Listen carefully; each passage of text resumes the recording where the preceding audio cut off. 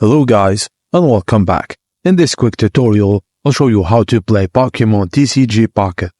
Just follow these simple steps. Install Pokemon TCG Pocket from App Store on iOS or Google Play for Android.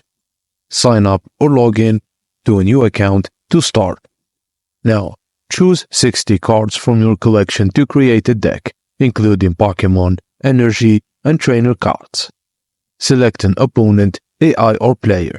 Then take turns drawing cards, playing Pokemon, and using attacks.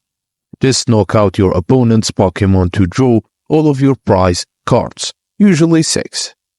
To earn rewards and unlock new cards and complete quests, you need to progress as you go.